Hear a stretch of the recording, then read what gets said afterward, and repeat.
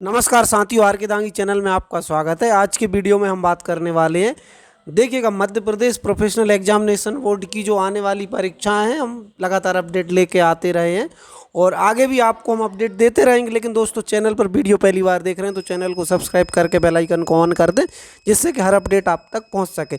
चलिए, मैं सबसे पहले जो मेरा मोबाइल स्क्रीन आप देख रहे हैं, एडवर्टाइजमेंट एंड नोटिस, ये वाले सेक्शन में देखिएगा, कोई टेंडर देती है, वहाँ मध्य प्रदेश सरकार किसी कंपनी का टेंडर मंगवाती है, तो यहाँ से हमें मिलती है जानकारी। देखिएगा, टेंडर ये कैंसिल हुआ, ठीक है, अभी तक नया कोई टेंडर का कोई नोटिस इस पर डाला नहीं है। तो जब तक नई कंपनी को जब टेंडर होगा तो कम से कम 1 महीने तक तो टेंडरिंग में प्रोसेस में लगता है। तो अभी देखिएगा, जब कंपनी अपना टेंडर के लिए अप्लाई करेंगी, फिर उसका बिड खुलेगा, तब जाके फिर वो अपनी व्यवस्थाएं सब करेगा। तो अभी आपके कम से कम 2 महीने तक एग्ज़ाम डिले हो सकते हैं। ये 2 महीने आप पॉजिटिव लेके चलें। आप अपनी तैयारी कैसे करें वो मैं मेनली इस वीडियो में बताऊंगा। एक और ख़ास बात क्या है इस वीडियो में कि जो क्वेश्चन बैंक के लिए भी एक टेंडर हुआ था, मैं उसकी भी आपको बता देता हूँ कि जब क्वेश्चन बैंक के लिए जो टेंडर हुआ, अगर हम उसकी बात कर लें, देखिएगा, ये जो एक अगर हम बात करें कि देखो, एक तो एजेंसी एग्ज़ाम कंडक्ट कराती है, जैसे NSEIT एक कंपनी करा रही थी, एडुकेयर भी ऐसे कुछ कंपनी रहती है, TCS ने भी कराया, प्रोफेशनल एग्जामिनेशन बोर्ड के जो CBT एग्ज़ाम या कंप्यूटर बेस्ड टेस्ट कराए कई।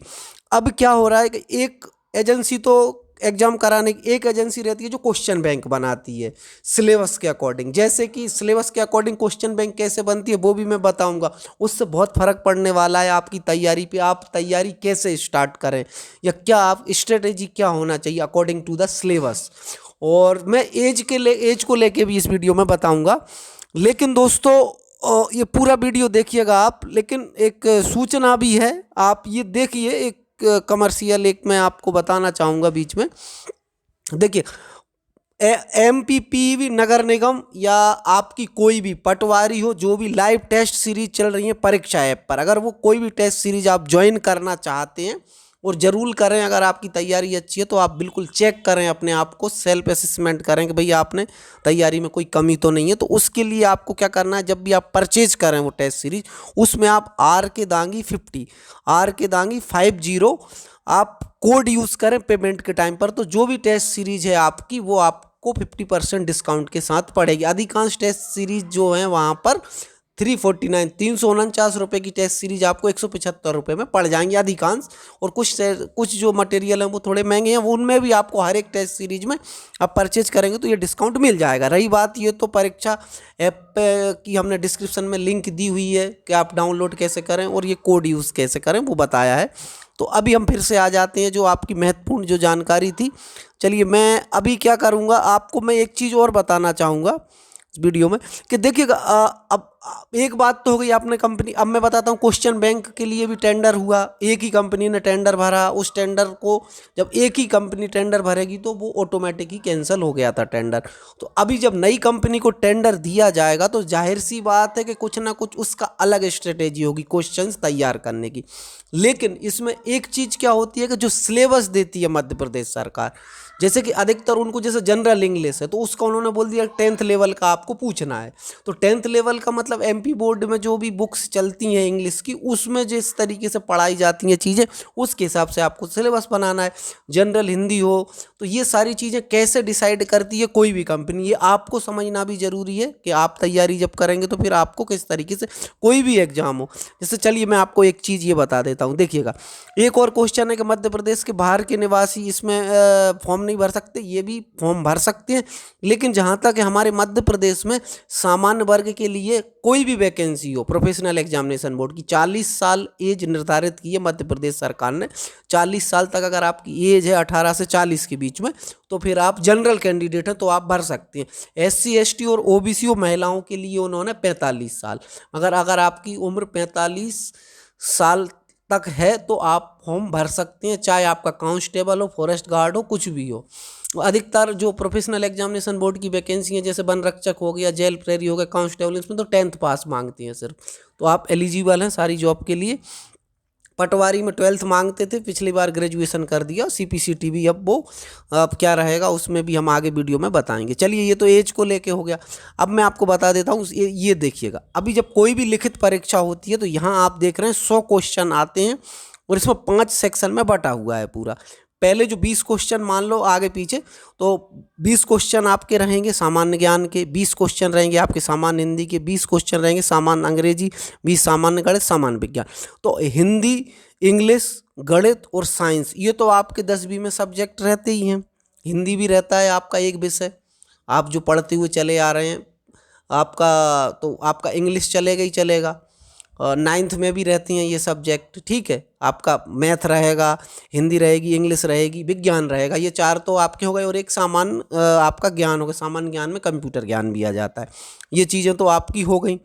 और तो ये आपके मान लेते हैं 20-20 क्वेश्चन आते हैं। इनने क्या बोला है, हाई स्कूल स्तर के प्रश्न सम्मिलित होंगे। अब आपको कैसे अपनी स्ट्रेटेजी बना, आपको अभी के अभी क्या करना है, आपको 6वीं से लेकर 10वीं तक, 8वीं 9वीं 10वीं की आप 10वीं से उठाना चालू कर दो किताब। अभी आप 10वीं की सारी किताबें ले लो, MP बोर्ड की, 10वीं का गणित ले लो, 10वीं की विज्ञान ले लो, 10वीं का आप हिंदी ले लो, 10वीं की अंग्रेजी ले लो, और उसको टेक्स्ट बुक को अच्छे से पढ़ लो और उसमें से क्वेश्चन खुद ही बना लो।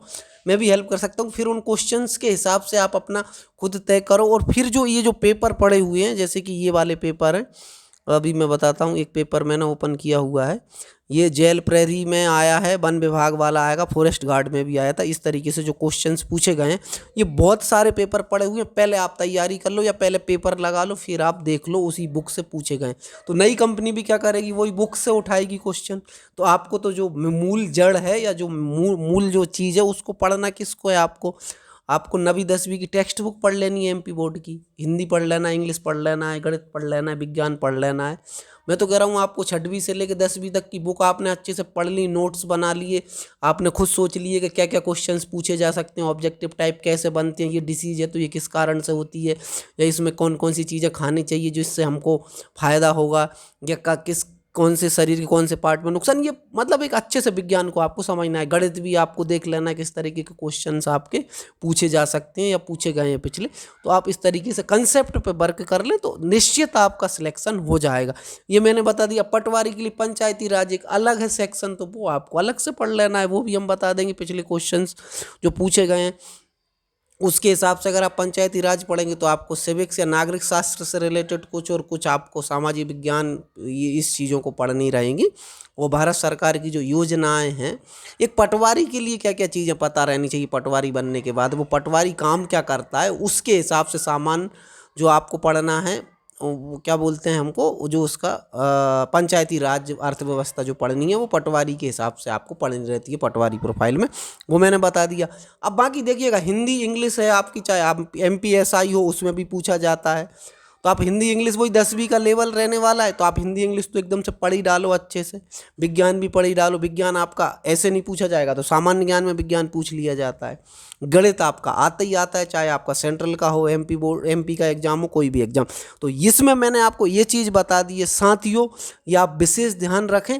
हम जब तक एग्जाम कोई कंपनी को टेंडर नहीं मिल जाता है, जब तक कोई क्वेश्चन बैंक वाली कंपनी फाइनल नहीं हो जाती है, जब तक आपको हर दिन तैयारी करनी है। एक क्वेश्चन पेपर लगाएं।